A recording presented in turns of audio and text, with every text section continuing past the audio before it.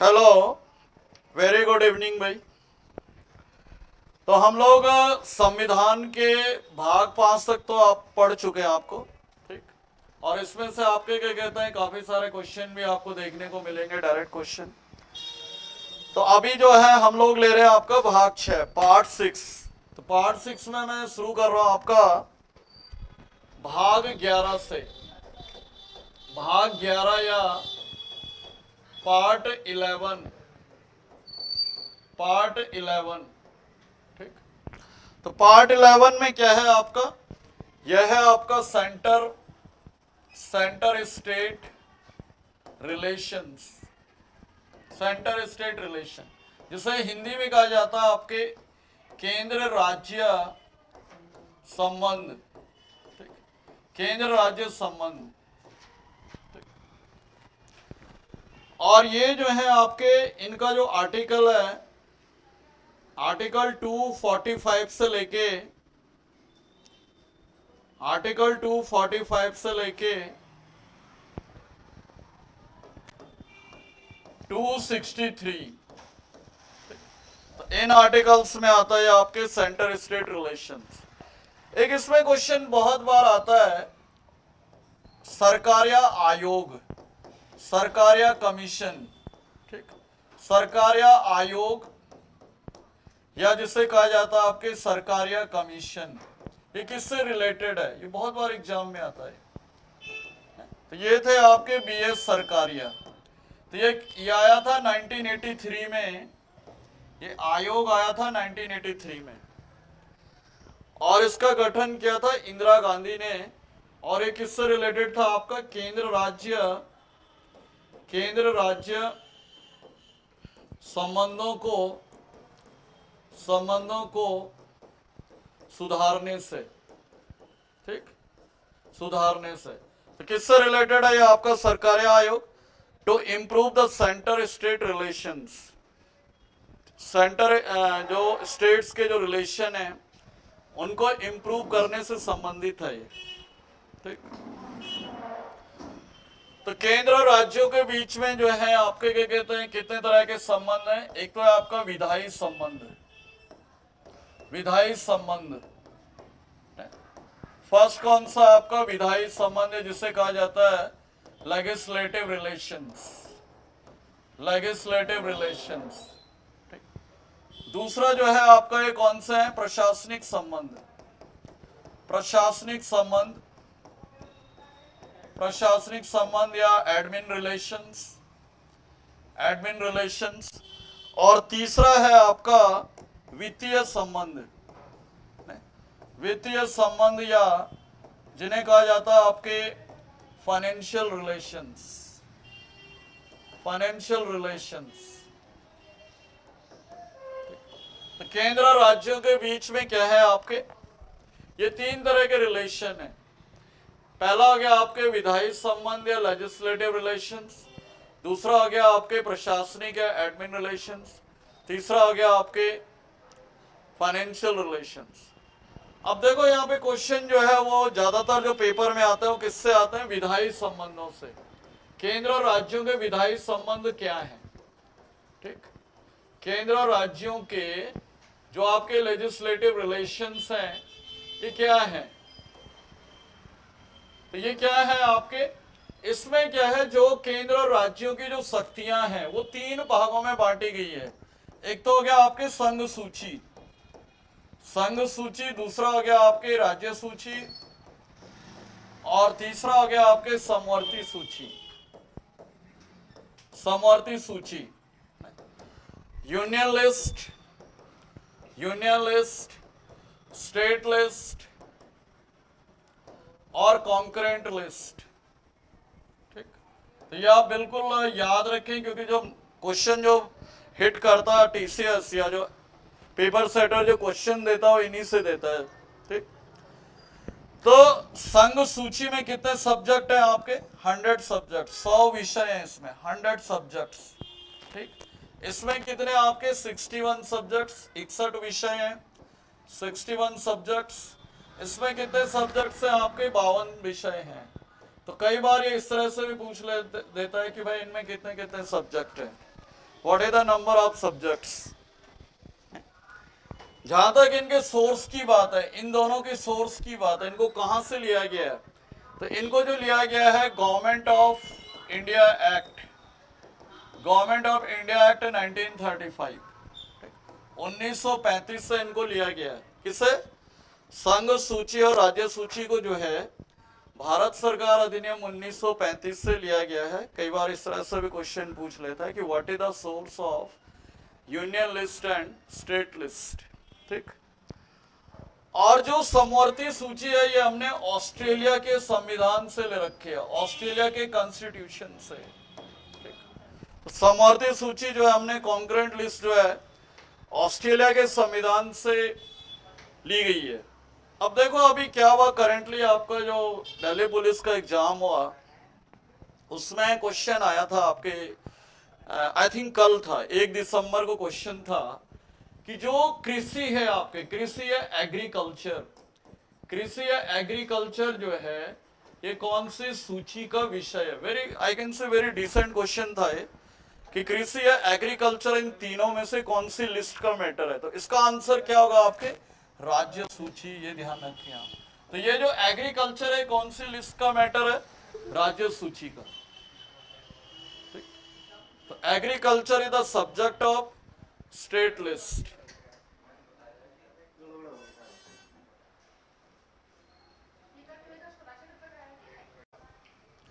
Agriculture की हम लोग बात कर रहे थे कि एग्रीकल्चर जो है आपके क्या कहते हैं, राज्य सूची या स्टेट लिस्ट का मैटर है।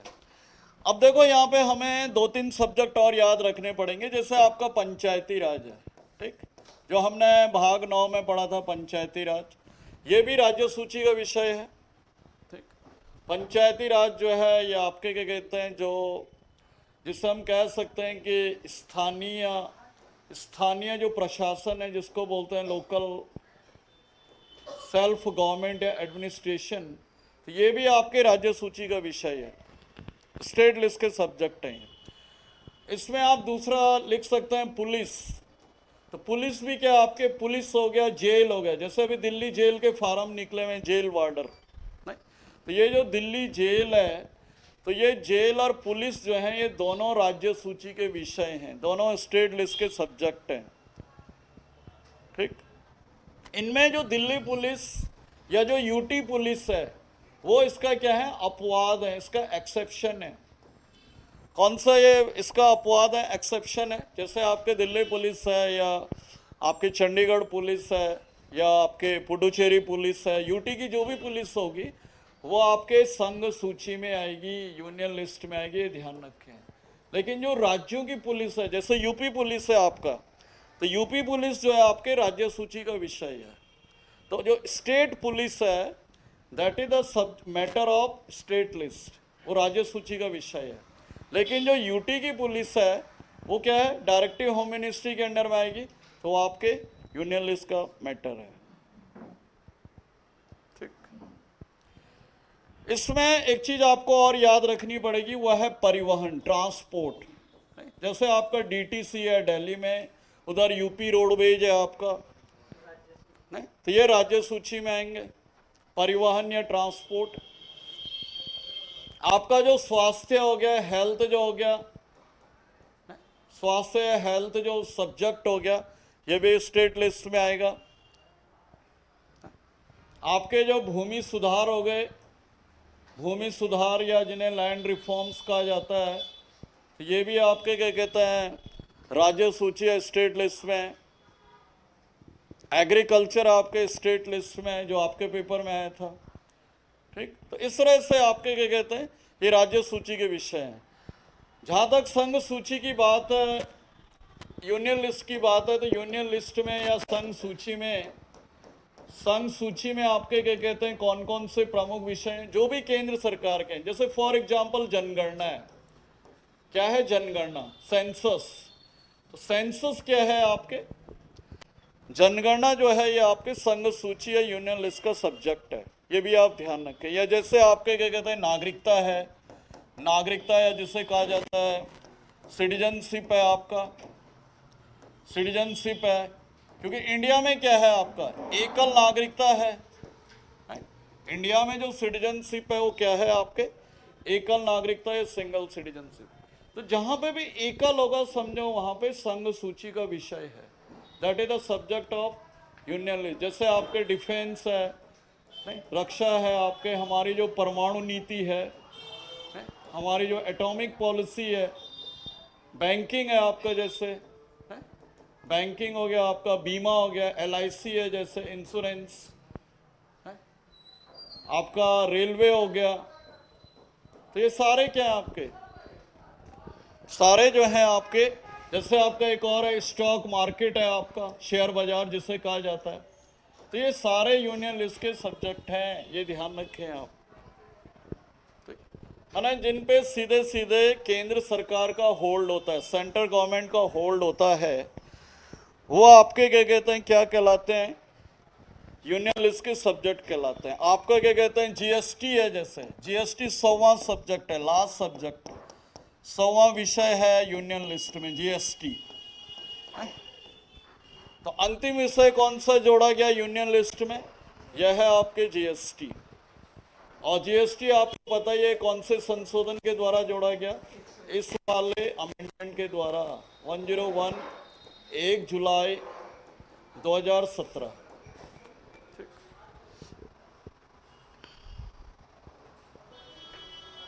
1 जुलाई 2017 को।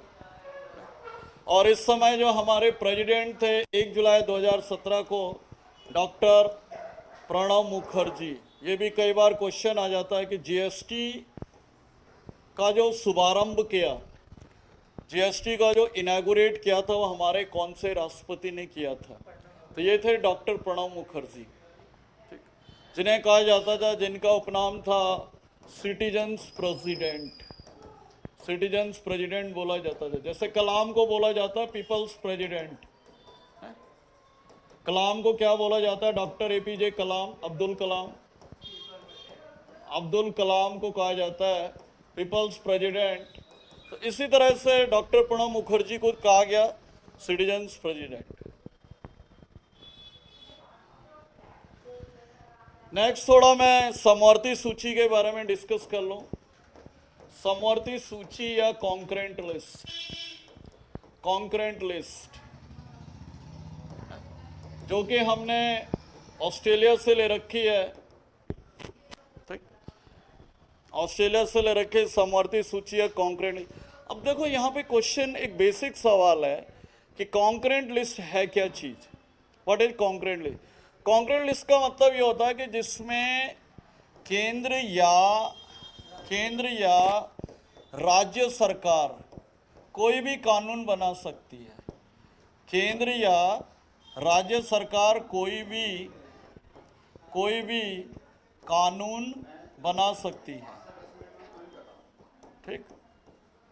तो इधर सेंटर और state governments can make the law, ठीक, उसे कहा जाता है कॉन्करेंट लिस्ट, समवर्ती सूची। अब देखो समवर्ती सूची में जो सबसे प्रमुख विषय है, जो बहुत बार एग्जाम में आता है, वह है आपके शिक्षा, एजुकेशन, ठीक। तो शिक्षा क्या है आपके समवर्ती सूची का विषय है, जिसे कब ऐड किया गया, 42वें संशोधन के द्वारा, 42वें संशोधन द्वारा 1976 में। तो बाय 42nd अमेंडमेंट जो है, इसे जो है आपके क्या कहते हैं, ऐड किया गया, ठीक। और ये जो शिक्षा था पहले 76 से पहले क्या था, ये राज्य सूची का विषय था। तो ये भी क्वेश्चन आता है एग्जाम में कई बार कि it was the subject of state list. तो क्वेश्चन आता कि आपका जो शिक्षा था ये पहले जो है 76 से पहले कौन सी लिस्ट में था, तो ये था आपके स्टेट लिस्ट में या राज्य सूची में, और करंट में है ये आपके समवर्ती सूची या कॉन्करेंट लिस्ट में। इस संशोधन के द्वारा इसको ऐड किया गया। तो इस तरीके से आप याद रखें, एजुकेशन सबसे ज़्यादा बार एग्जाम में आता है, सबसे ज़्यादा फ्रीक्वेंसी है एजुकेशन वाले की। दूसरा आप याद रख सकते हैं आर्थिक नियोजन, ये भी आपके समवर्ती सूची में है, आर्थिक नियोजन।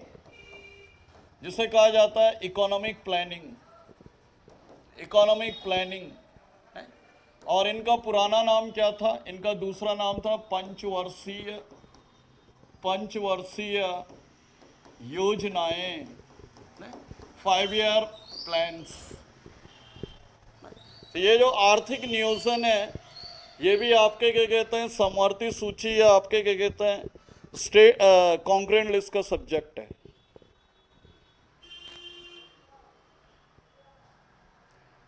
अभी तुम्हारे एग्जाम में आ रहा था कि father of 5 year plans in the world किसे कहा जाता है? पंचवर्षीय योजनाओं का जनक दुनिया में किसे कहा जाता है?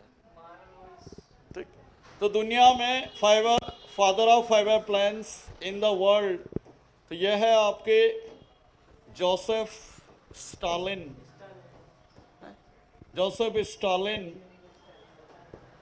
तो जोसेफ स्टालिन कहाँ का था? ये था आपका यूएसएसआर है, जिसे रशिया बोला जाता है, रूस जिसे कहा जाता है। तो वहाँ पे सबसे पहले 5 ईयर प्लान आया था 1928 में रशिया में, और वहाँ पे इसे कहा जाता था गॉस प्लान। तो वहाँ पे किस नाम से जाना जाता था? ये गॉस प्लान, 5 ईयर प्लान से।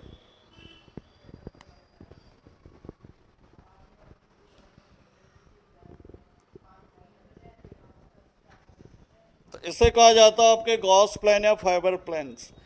एक आपके क्वेश्चन था कि भाई जो दिल्ली सरकार है वो किस किस लिस्ट में कानून बना सकती है, जो आपके क्या कहते हैं, दिल्ली की जो विधानसभा है वो किन किन सूची में कानून बना सकती है। तो सबसे पहले बात क्या है, जो दिल्ली विधानसभा है, जो आपकी दिल्ली की जो विधानसभा है, दिल्ली की जो असेंबली है, ये 2 सूची में कानून बना सकती है। एक तो हो गया आपके राज्य सूची में, ठीक, राज्य सूची या स्टेट लिस्ट में, और दूसरा ये बना सकती है समवर्ती सूची में, समवर्ती सूची या कॉन्करेंट लिस्ट में, कॉन्करेंट लिस्ट में। तो अभी आपके क्या कहते हैं, दिल्ली पुलिस में आया था 30 तारीख को फर्स्ट शिफ्ट में कि दिल्ली विधानसभा को कानून बनाने का अधिकार किस अनुच्छेद के अंतर्गत है? कानून बनाने का अधिकार किस अनुच्छेद में, कौन से आर्टिकल में है ये? ठीक, तो इसके लिए आप ध्यान रखें, दिल्ली जो यूनियन टेरिटरी है, दिल्ली जो केंद्र शासित प्रदेश है, ठीक, यूनियन टेरिटरी है, इसका जो आर्टिकल है हमारे संविधान में, जो अनुच्छेद है, यह है 239A। ठीक, तो दिल्ली का आर्टिकल कौन सा हमारे संविधान में? 239A। तो ये जो दिल्ली विधानसभा को कानून बनाने का अधिकार है, ये इसमें मिला हुआ ए का 3 वाले में। ठीक, अब देखो यहाँ पे क्वेश्चन ये भी बन सकता है कि जो दिल्ली विधानसभा है वो किन किन विषयों पे कानून नहीं बना सकती दिल्ली सरकार। तो दिल्ली सरकार या दिल्ली विधानसभा 3 मुद्दों पे कानून नहीं बना सकती। एक तो है आपका भूमि जिसे कहा जाता है लैंड। तो लैंड किसके अंडर में आता है दिल्ली में? DDA, Delhi development authority. दूसरा हो गया आपके police, Delhi police home ministry के अंडर में, इस पर भी दिल्ली सरकार या दिल्ली विधानसभा कानून नहीं बना सकती। ठीक, और तीसरा हो गया आपका